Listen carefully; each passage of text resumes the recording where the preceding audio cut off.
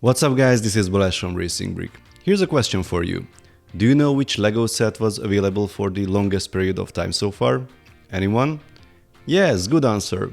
It was the 10220 Volkswagen T1 Camper van, available for 9 whole years between 2011 and 2020. I'm sure it was popular for a reason. This set started the long list of cars with the Creator Expert badge. I know we had the Beetle before that, but the style was very different. So, the T1 was retired last year, but apparently did not happen because it was not popular anymore. Now, here is the successor, the Volkswagen T2 Camper van.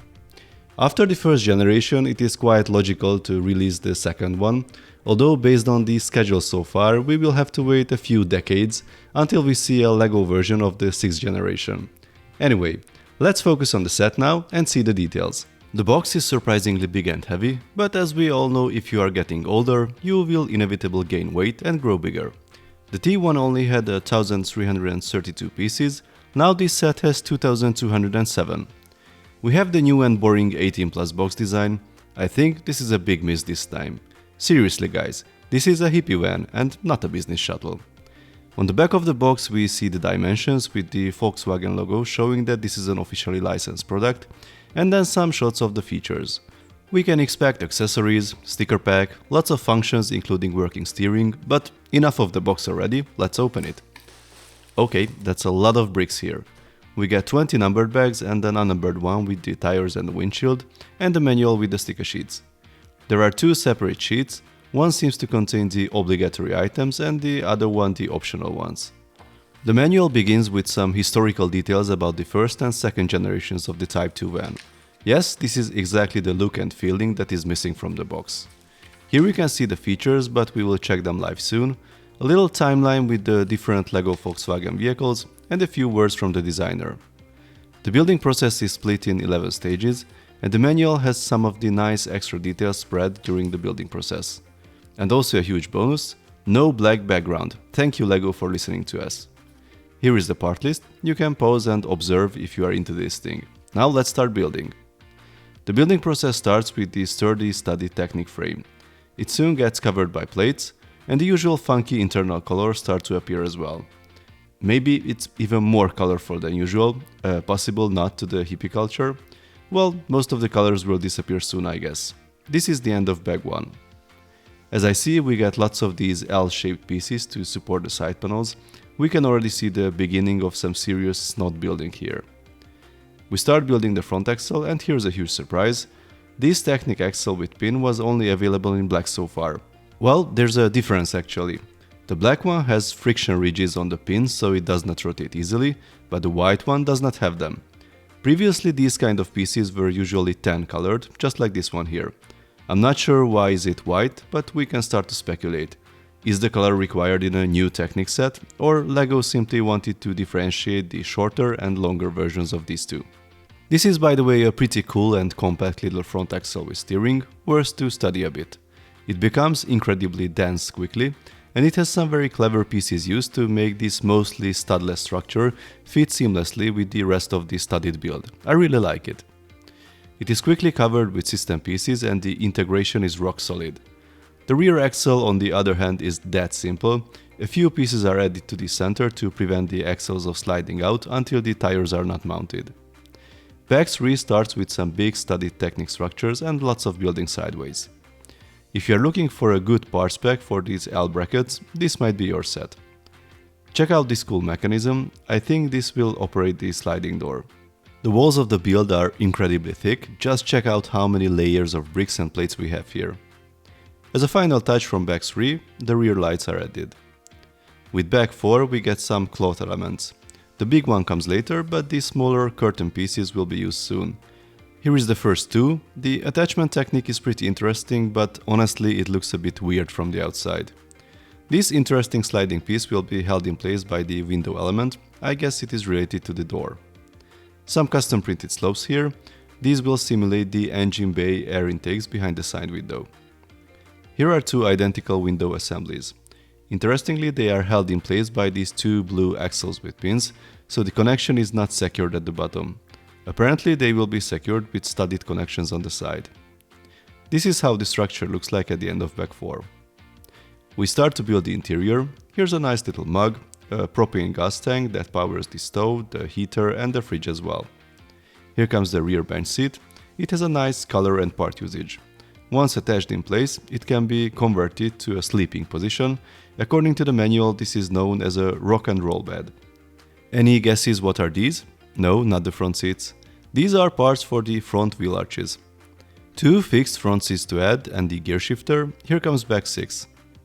Another big snot panel with tons of 10 L brackets. Soda cans and a banana. So, this became apparently the fridge, and here we have 2 doors with some nicely built handles. Looks great when assembled. Only a few pieces used, but how cool is that? We have a kettle, burning fire on the stove, a sink with a tap and a small table that can be easily unfolded if needed. The set of the 1010 brackets. No, really, there are 57 of these in the set. And here comes the first section of the roof. Bag 7 comes with lots of medium measure parts, mostly to cover the body of the van. We have 2 license plate options, one US version for cruising in sunny California, the other is, I assume, the German one. The engine cover has a tricky hinge solution. As you see, the connection point moves as well to allow the cover to close in that tight space. Very clever. We start to build the air-cooled boxer engine, and here's a weird little pin that I've never seen before. Could not find anything based on the element ID. Did you see this maybe in another color already? It leaves a little gap between the pinhole and the end mounting point. Time to put the engine in place. It connects with that hook piece and then secured by the plates on the other side. Here comes the rear door, and the hinge mechanism is again quite tricky. First I thought it will be too flimsy, but if it is correctly put in place, then it works quite reliably. We continue to build the front section, and the tricky system for the functional steering wheel is added. The front section has quite big snot chunks with all different types of connections, but at the end everything fits perfectly. The front is partially covered now, and here comes the steering wheel that we could already see in the Ghostbusters Act 1 set. Here is the front bumper, and the next big chunk is the sliding door, which has an interesting mechanism. It is quite tricky to install. First you need to insert those brown pieces in the grooves on the bottom and on the top, then connect that small robot arm to the other end of the door. This is how the mechanism works. You push the button here, that opens the door slightly, then you need to manually slide it all the way back. Closing the door is fully manual. It cannot be really done with a single movement, but the door goes in place smoothly. Time to add the 2 front doors. They are a little wobbly at this point, but we still miss a lot of pieces from the cabin. Here they come, the rest of the front with the dashboard and the windshield. This element seems to be a bit tricky to connect, as the parts don't really want to align properly, but once we add more pieces to the top, everything fits. After the tiles with stickers for the front grille, we can add the headlights and the front section is almost finished. Now comes the roof with a lot of slopes, and even more will come. This little Technic mechanism will help with the opening of the roof. We actually need 2 of these, and then this tricky assembly and a few other pieces with a spring at the end. But that's far from being complete. Bag 11 has the bottom part of the mechanism. What am I building here? I have absolutely no idea, but it looks funny. Honestly, I was totally not prepared for such a complex, studied and studless Technic build towards the end. The range of motion and the spring-loaded mechanism here is fantastic. I can't imagine how many iterations did it require to arrive to this solution. Here comes the tent. It has quite a few mounting points, so it takes some time to apply, but the end result worth it. We have a very cool camping roof. Installing the roof is a bit tricky. You need to find the correct position, as the front has to fit between the walls, and the 2 black U-shaped pieces at the rear need to slide over the rails. Once it is in place, you can push it forward until the front toe walls are secured in place by those clips. There's a small click and the roof should not slide back and forth. The mechanism works flawlessly. You might need to arrange the cloth a little bit, but it is very cool. Easily the best feature of the set. We are almost ready with the van. Here comes the wheels. We have a new tire size for this model. The diameter is 49.5 mm, which we've seen before, for example on the Beetle, but it is much narrower this time, 14 mm instead of 20.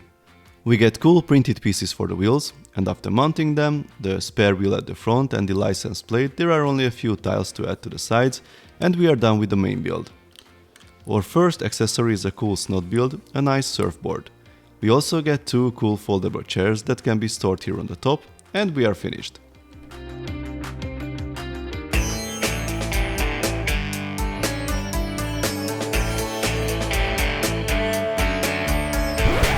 We get an additional sticker sheet to decorate our hippie van. I tried the stickers on one side, they certainly give a character, but it's good that they are optional. If we put the new van next to the old one, the difference of 900 pieces is obvious. Although the new one is only 5 cm longer, it looks much bigger. I know a lot of people prefer to see them in the same scale, but making the new one slightly bigger enabled the designers to add more details. You've seen most of the functions during the build. We have the functional sliding door, the opening front doors, the rear door, the roof tent with the brilliant support mechanism. The whole roof can be easily removed to reveal the detailed interior. The folding rear bench seat is quite clever, and there are a lot of other tiny details inside. We have the air-cooled engine at the rear, and as a real upgrade from the previous version, we have a functional steering wheel with a tricky half-hidden hand-of-God steering option. It's probably not the most comfortable for playing, but it is still pretty clever. The two foldable chairs are really nice and they have a secure storage option on the roof. I also like the surfboard, but I really don't understand why we don't get any storage solutions for that one. I'm sure folks don't keep their surfboards in the van.